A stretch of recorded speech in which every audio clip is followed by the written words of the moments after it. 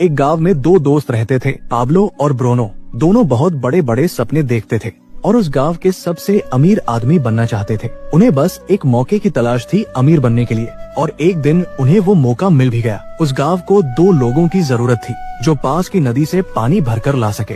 ये काम पाब्लो और ब्रूनो को दिया गया। गांव वाले उन्हें एक बकेट पानी के लिए एक पेनी पे करते थे। ब्रूनो को लगता था कि मेरे अमीर बनने का सपना पूरा होने वाला है, लेकिन पाब्लो अभी भी थोड़ा कंफ्यूज था। वो उन हेवी बकेट्स को उठाने की वजह से पाब्लो के हाथ बहुत दर्द करने लगे थे। इसलिए पाब्लो पानी भरने के अलग अलग तरीके सोचने लगा और उसे एक बहुत ही अच्छा आइडिया आया। उसने ब्रूनो से कहा, मेरे पास एक आइडिया है, ये हर रोज बकेट उठाने से अच्छा है हम नदी से अपने गांव तक एक पाइपलाइन डाल दे, जिससे ये बकेट भरने की झंझट ही ना रहे। लेकिन ब्रूनो को इस आइडिया में कोई दिलचस्पी नहीं थी, क्योंकि उसे काम करने के तुरंत पैसे जो मिलने लगे थे। इसलिए उसने पाब्लो को इग्नोर किया और ज्यादा पैसे कमाने के लिए वो ज्यादा बकेट लाने लगा। लेकिन पाब्लो ने अपने प्लान पर धीरे धीरे काम करना शुरू कर दिया। वो आधे दिन बकेट भरता और बाकी के टाइम पाइपलाइन बनाता। उसे पता था ये काम बहुत मुश्किल होगा और पाइपलाइन बनाने में 1 से 2 साल लग सकते हैं, लेकिन उसे अपने आइडिया पर भरोसा था, इसलिए उसने पाइपलाइन के लिए काम जारी रखा। कुछ महीने बाद ब्रूनो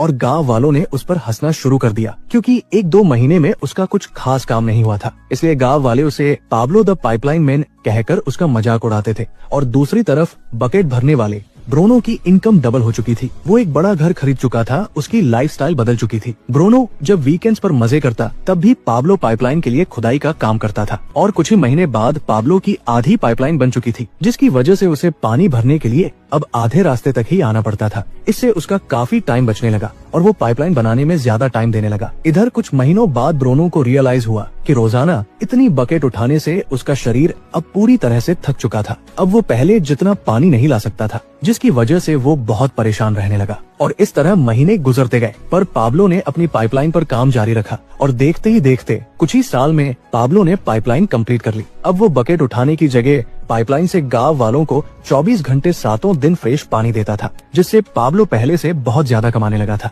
अब सिचुएशन ऐसी हो गई थी कि अगर पाब्लो काम नहीं भी करता, यानी अगर वो सो रहा हो, पार्टी कर रहा हो या कहीं घूम फिर रहा हो, तब भी वो पैसे कमाता था। दूसरी तरफ पाब्लो की पाइपलाइन की वजह से ब्रूनो द बकेट मैन बेरोजगार हो चुका था, क्योंकि गांव वालों को जब चाहे तब और जितना चाहे उतना पानी पाब्लो की पाइपलाइन से मिल जाता था। अब दोस्तों जरा रुकिए और सोचिए कि क्या आप एक बकेट कैरियर हैं या एक पाइपलाइन बिल्डर।